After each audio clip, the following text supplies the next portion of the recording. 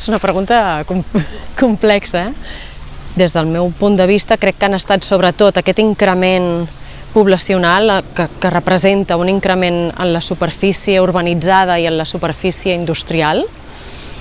i això ha tingut conseqüències en el territori, no? Sobretot també amb els mitjans de comunicació, i això ha fragmentat aquest territori i ha separat una mica, ha dividit el municipi, no, en una part més monsenyenca i la part més montnegrina. I a part de territori, crec que aquesta ha estat una problemàtica que actualment encara té conseqüències, no? Que aquest creixement urbanístic, industrial, ha anat en detriment de la conservació d'espais agrícoles i que sobretot ha afectat a les riberes i a les terrasses al·luvials a l'entorn de la Tordera. I que és aquesta desconnexió